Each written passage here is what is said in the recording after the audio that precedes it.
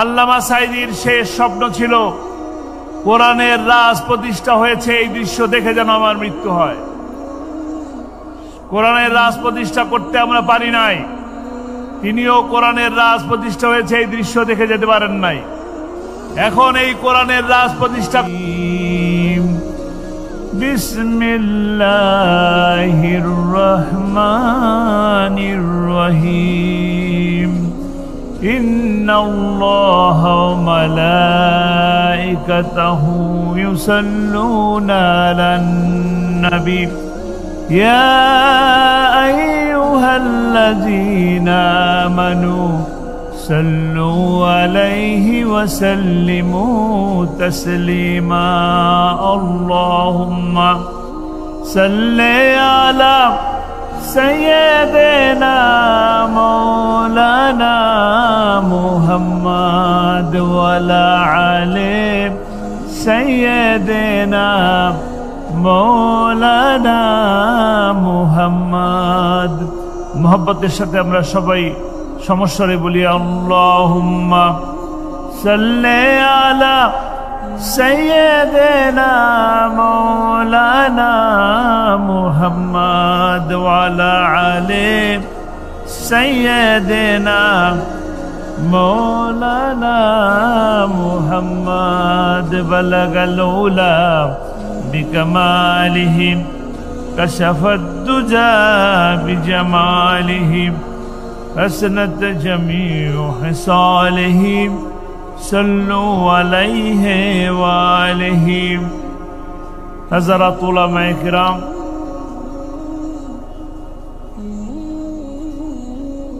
अंजुमने खिदमते कुरान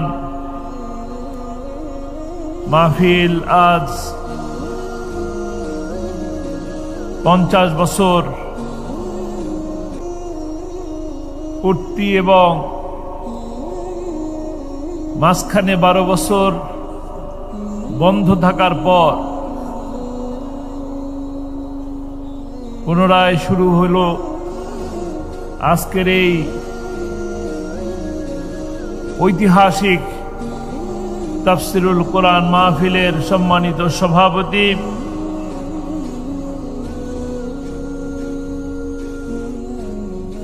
সম্মানিত অতিথিবৃন্দ এবং মঞ্চে উপবিষ্ট আলেম ওলামাগণ, সামনে সুপ্রিয় মিডিয়ার বন্ধুগণ, প্যান্ডেলের নিচে দূর দূরান্ত থেকে আগত কিশোর, তরুণ, যুবক, মুরব্বিয়ান ভাইয়েরা, প্রশাসনের কর্মকর্তাবৃন্দ, পর্দার আড়ালে শ্রদ্ধেয়া মা ও বোনেরা, মাইকের আওয়াজ যে পর্যন্ত যাচ্ছে যারা শুনছেন তাদের সকলকে অন্তরের অন্তঃস্থল থেকে জানাচ্ছি আসসালামু আলাইকুম ওয়া রাহমাতুল্লাহি ওয়া বারাকাতুহু। সর্বপ্রথম মহান মনিবের দরবারে শুকরিয়া আদায় করি আল্লাহ রাব্বুল আলামিন দয়া করে, মায়া করে, করুণা করে 12 বছর বন্ধ থাকার পর এই ঐতিহাসিক কোরআনের মাহফিল আবারও শুরু করার তৌফিক দিলেন। সেই মহান মুনিবের দরবারে শুকরিয়া আদায় করে বলি আলহামদুলিল্লাহ। রব্বানা লাকাল হামদ হামদান কাসীরান তাইয়্যিবান মুবারাকান ফীহি। সেই সাথে আঞ্জুমানে খিদমতে কোরআন কর্তৃপক্ষকে এত সুন্দর, এত বিরাট মাহফিল আয়োজন করার জন্য আপনাদের সকলের পক্ষ থেকে ধন্যবাদ জানাই, মোবারকবাদ জানাই। সেই সাথে ছোট্ট করে কৃতজ্ঞতা জানাই এত বড় মঞ্চে আপনাদের প্রিয় কোরআনের পাখি শহীদ আল্লামা দেলোয়ার হোসাইন সাইদি রাহিমাহুল্লাহ টানা 34 বছরের মাহফিলে আজকে আমাকেও এখানে আসার সুযোগ করে দিলেন। কৃতজ্ঞতা জানাই, ধন্যবাদ জানাই।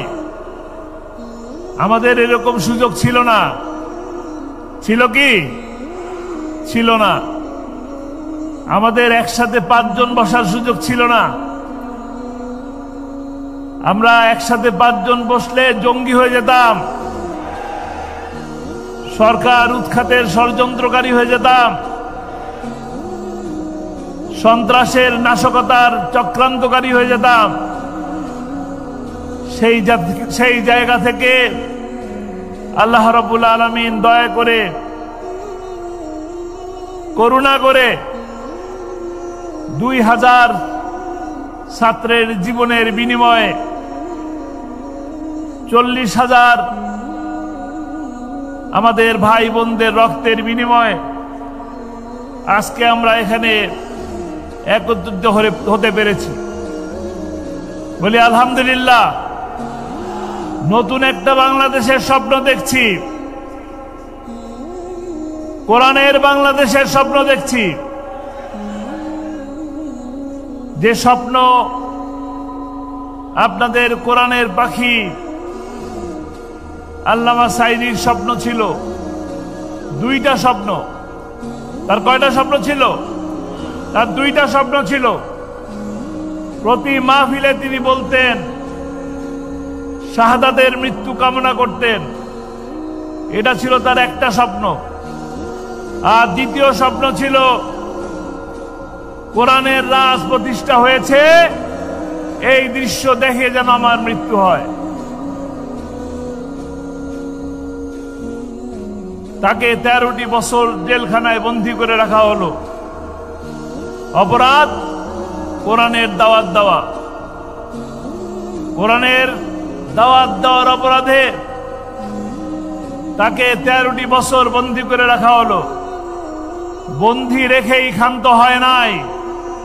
13 বছর পর তারা যখন বুঝতে পারল আর ক্ষমতায় থাকার সুযোগ নেই, পালিয়ে যেতে হবে, তখন জেলখানা থেকে হার্ট অ্যাটাকের নাটক করে হাসপাতালে নিয়ে এসে ভারতের প্রেসক্রিপশনে তাকে ইনজেকশন পুশ করে হত্যা করা হয়েছে।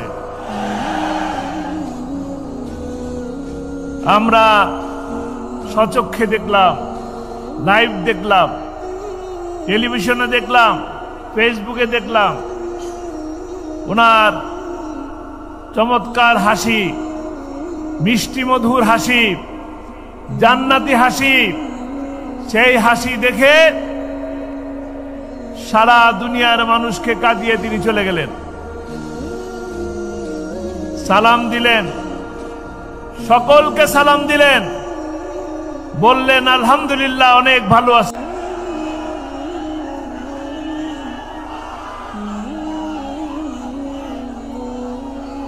প্রতিশোধ নেওয়ার একটাই পন্থা, প্রতিশোধ নেওয়ার একটাই পন্থা।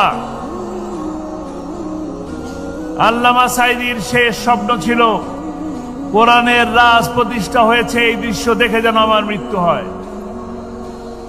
কোরআনের রাজ প্রতিষ্ঠা করতে আমরা পারি নাই, তিনিও কোরআনের রাজ প্রতিষ্ঠা হয়েছে এই দৃশ্য দেখে যেতে পারেন নাই। এখন এই কোরআনের রাজ প্রতিষ্ঠা করার দায়িত্ব কার? আমাদের।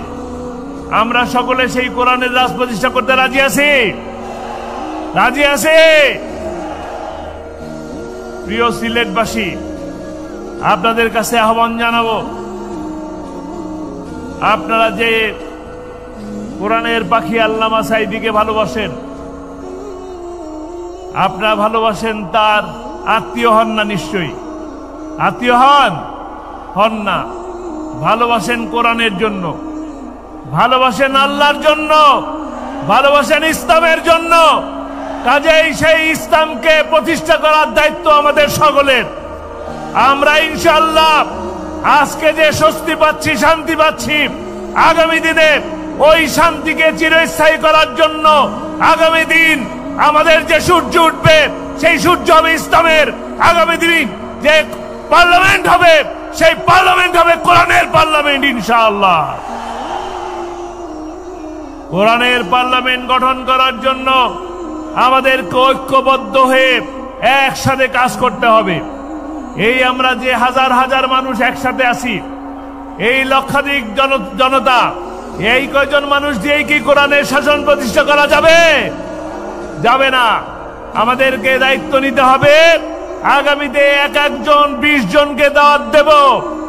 রাজি আছি? কারা কারা রাজি আছি? ইনশাআল্লাহ। এতদিন বারবার শুধু মানুষের জীবন যায়, আন্দোলন হয়, মানুষের জীবন যায়, শান্তি আসে না, সুবিচার হয় না, শেয়ার বাজার লুট হয়, বাংলাদেশ ব্যাংক লুট হয়ে যায়, ডাকাতি হয়ে যায়, কিন্তু বিচার পাওয়া যায় না। বিচার পাওয়া যায়? বিচার পেতে পারি শুধুমাত্র কোরআনের শাসন দিয়ে। মানুষকে মানুষের মতবাদ দিয়ে, মানব রচিত মতবাদ দিয়ে মানুষকে শাসন করলে সেই শাসনে মানুষের শান্তি আসে না, সুবিচার হয় না, দেশে কল্যাণ আসে না। দেশে কল্যাণ প্রতিষ্ঠার জন্য, সুবিচার প্রতিষ্ঠার জন্য আমাদেরকে যিনি সৃষ্টি করেছেন তার আইন এই জমিনে চললেই আমাদেরকে শান্তি দিতে পারে। পারে কিনা? একমাত্র কোরআনই পারে। আমরা দেখেছি, পড়েছি, জেনেছি, সেই 1450 বছর আগে যখন আরব বিশ্বে আয়ামি জাহেলিয়াতের যুগ ছিল, যখন শান্তি ছিল না, একজন কন্যা সন্তান জন্মলে তাকে যে জ্যান্ত অবস্থায় কবর দিয়ে দিত, নারীর মর্যাদা ছিল না, শ্রমিকের মর্যাদা ছিল না। সেই সময় সেই সোনালী যুগ সৃষ্টি হয়েছিল, কারণ কোরআনের শাসন প্রতিষ্ঠা হয়েছিল। আমরা সেই কোরআনই আছে, সেই আল্লাহ আছে, সেই এক আল্লাহ আছে এবং সেই একই কোরআন আছে। আমরা সেই কোরআনের শাসন যদি বাংলাদেশে প্রতিষ্ঠা করতে পারি, তবেই আমাদের দেশের সকল বৈষম্য, সকল অশান্তি, সকল খুনের বিচার করা সম্ভব হবে। কাজেই আমরা সেই আল্লামা সাঈদী, আজকে এই লাখো জনতার সামনে আমার আহ্বান থাকবে, শহীদ আল্লামা দেলোয়ার হোসাইন সাঈদীর যে স্বপ্ন, তিনি যে পথে হেঁটে গেছেন, তার সেই পথকে আঁকড়ে ধরে তার সেই স্বপ্নকে বাস্তবায়ন করার অঙ্গীকার নিয়ে আসতে এখান থেকে বিদায় নেব। তার স্বপ্ন ছিল কোরআনের রাজ প্রতিষ্ঠা করা। আমরা সেই কোরআনের রাজ প্রতিষ্ঠা করার অঙ্গীকার নিচ্ছি। আগামীতে কোরআনের রাজ প্রতিষ্ঠা হওয়া পর্যন্ত প্রয়োজনে আবারও রাজপথে মিছিল হবে, বুলেট আসবে, বুলেটের গুলি বুকে নেব, রক্ত দেব, জীবন দেব, তারপরেও কোরআনের শাসন প্রতিষ্ঠা করে ছাড়বে ইনশাআল্লাহ। আল্লাহ তাআলা আমাদেরকে সেই তৌফিক দান করুন। আমা তৌফিক ইল্লা বিল্লাহ। আসসালামু আলাইকুম ওয়া রাহমাতুল্লাহ।